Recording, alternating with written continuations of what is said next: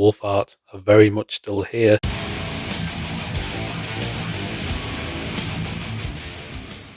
So, barely a year after releasing Draconian Darkness, Finland's Wolfheart are back, this time with a new 5-track EP, Draconian Darkness II.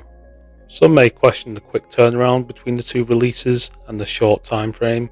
Some may call it a capitalist ploy, some may call it a cash grab. However, we live in a fast food consumer society where digital airtime is currency, and getting as frequent releases out as possible is a smart decision in the long run. So this is probably a good move by Wolfheart. Also, is it really a bad thing to get more music from one of your favourite bands?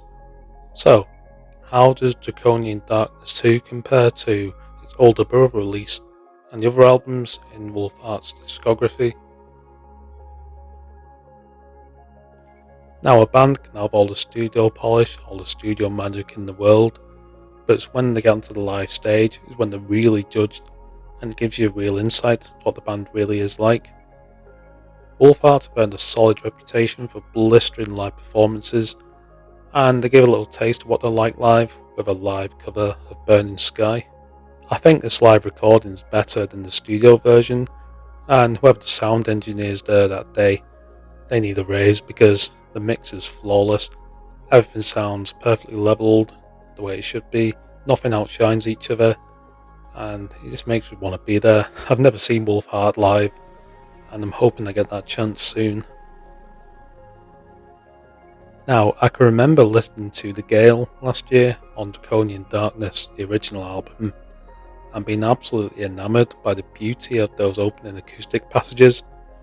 It lasts about a minute and a half before he essentially gets smashed by a wall of melodic death metal. However, Draconian Darkness 2 does have a version of The Gale.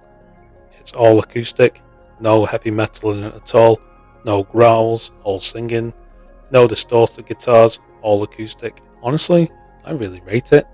They're taking something that's quite aggressive on the ears and have reimagined it into something a lot more aesthetic, a lot more gentle, something that can be actually played in the office rather than my usual intense heavy metal.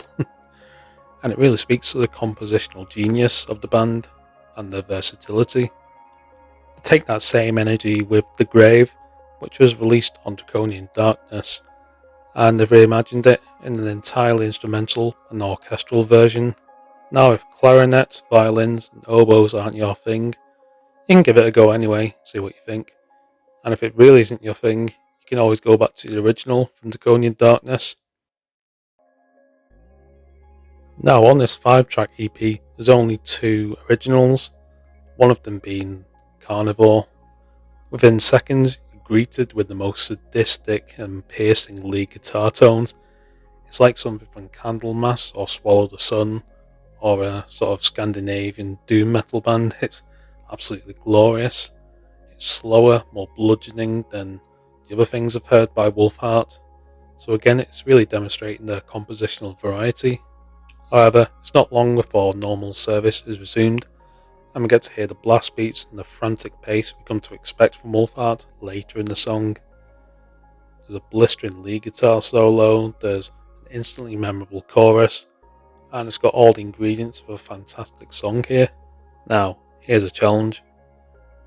Try to listen to all of Forefather without banging your head.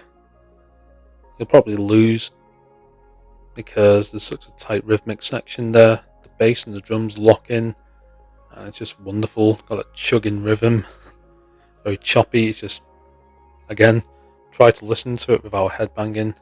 With that rhythmic foundation in place, it means that there's creative freedom for the other instruments and a license to roam. Sometimes they take the Route 1 approach with the 2 distorted guitars doing their thing. It means that they can bring in orchestral elements in the background to add extra atmosphere and intrigue.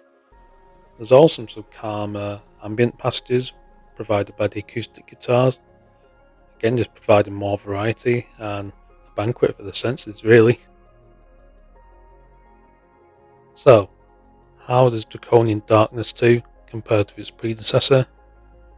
Simply put, it's an emphatic reminder that Wolfheart are very much still here, and they're looking for a place at the a table of melodic death metal's elite, and are looking to forcefully insert themselves at that place at the table